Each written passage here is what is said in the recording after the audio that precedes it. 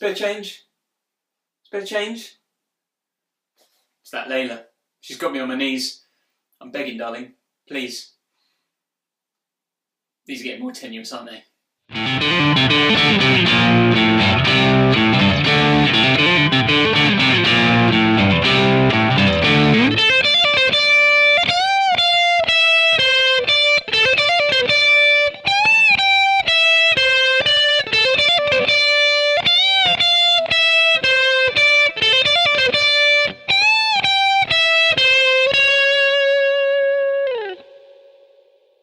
Hi guys, it's Paul here from Crowborough Guitar Tuition, and we're back this week with another classic riff. This week it is Layla by Derek and the Dominos, although I guess most of us know it's by Eric Clapton. I'm not really sure where Derek actually features in that song and who Derek even is. So if you know, let me know, because I'd like to be enlightened.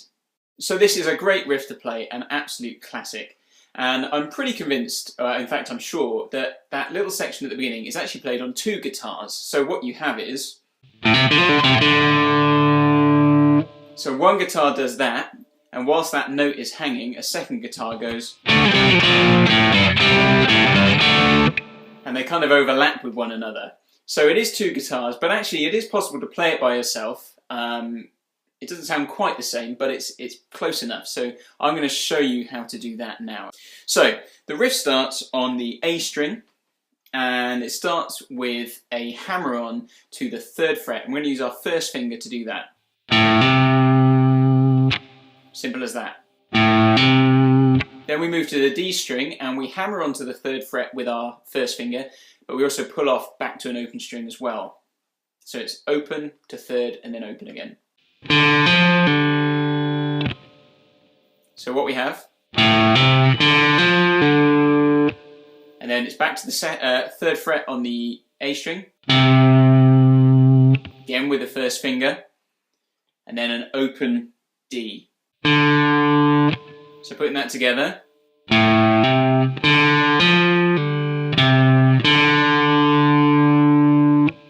and in terms of picking that, I do 2 down strums for those hammer-ons.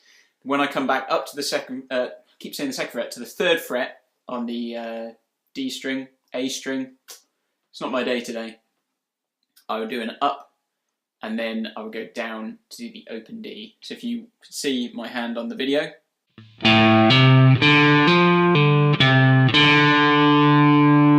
Okay, so that's the beginning of that riff. Then we have a second guitar part, which we can do by ourselves though. We just have to move quickly to it. We start with a D power chord, just using our 1st and 3rd fingers. So 5th fret on the A string, 7th fret on the D string. And it goes down from there to a C power chord and then to a B flat power chord. So it walks down just using the 2 fingers the whole time. Okay, so we should have.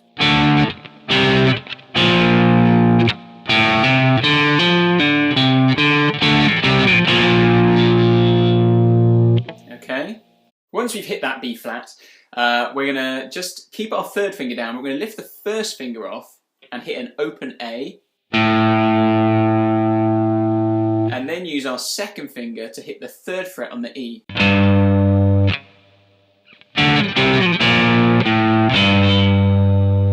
Okay.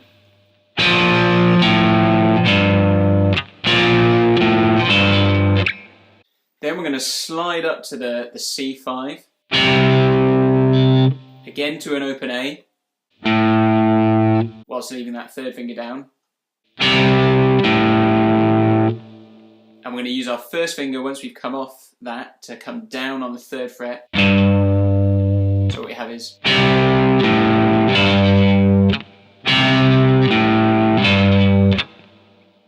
So from the B flat, and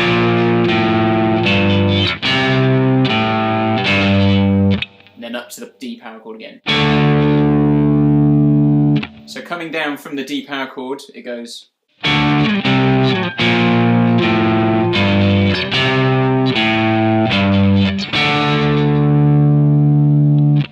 Okay, so it's a little tricky getting those fingerings, but actually once you do it, once you get it, it'll be absolutely fine. So putting all that together with that initial first riff, we have...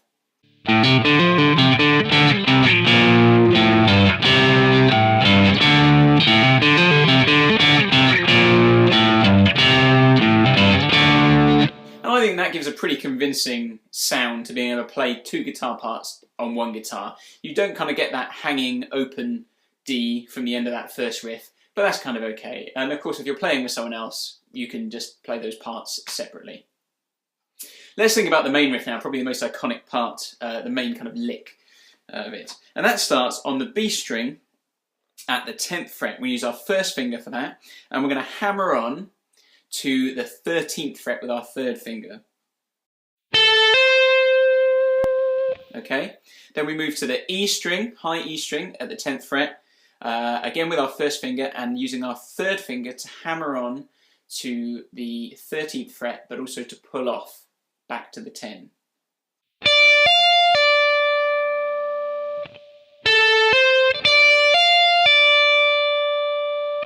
Then we're going to come back to the 13th fret on the B string, and then to the 10th fret on the E again with our first finger.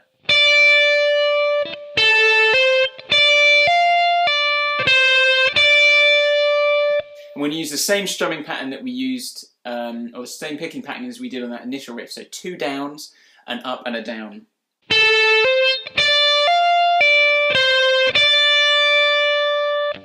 Then we've got a bend at the 13th fret on the E string. So I would use your third finger to do the bend, but get your second and first finger behind it, thumb around the neck, so you've got something to grip onto.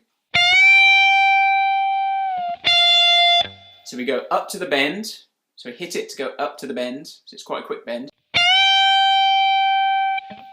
But we also hit the 13th fret again when we return the bend down to the bottom.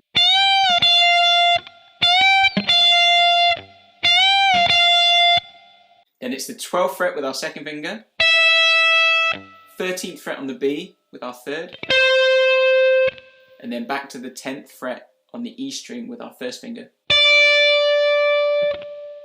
So if we put that all together,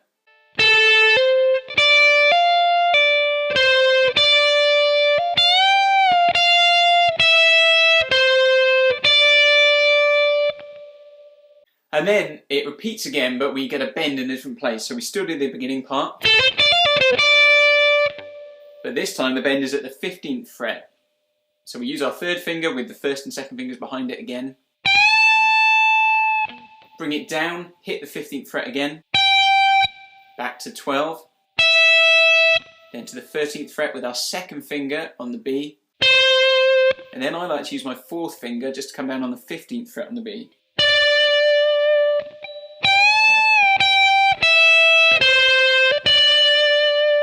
So if we put that together,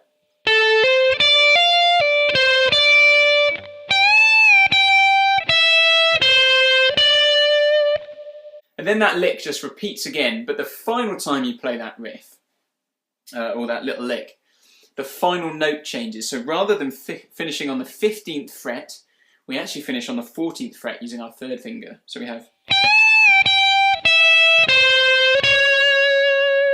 which sounds a bit strange, but actually it's because the song changes key, and it changes key a few times throughout, kind of goes back and forth between them. So if we put that together and just play it as if we're playing it the second time round.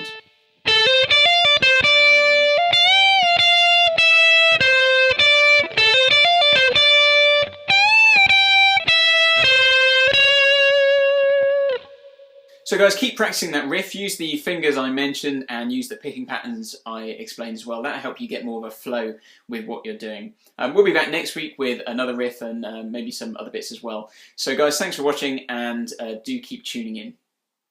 Hi guys, thanks for watching. For more guitar tips and video lessons, click on the subscribe button down below and let me know in the comments what songs or video lessons you'd like to see.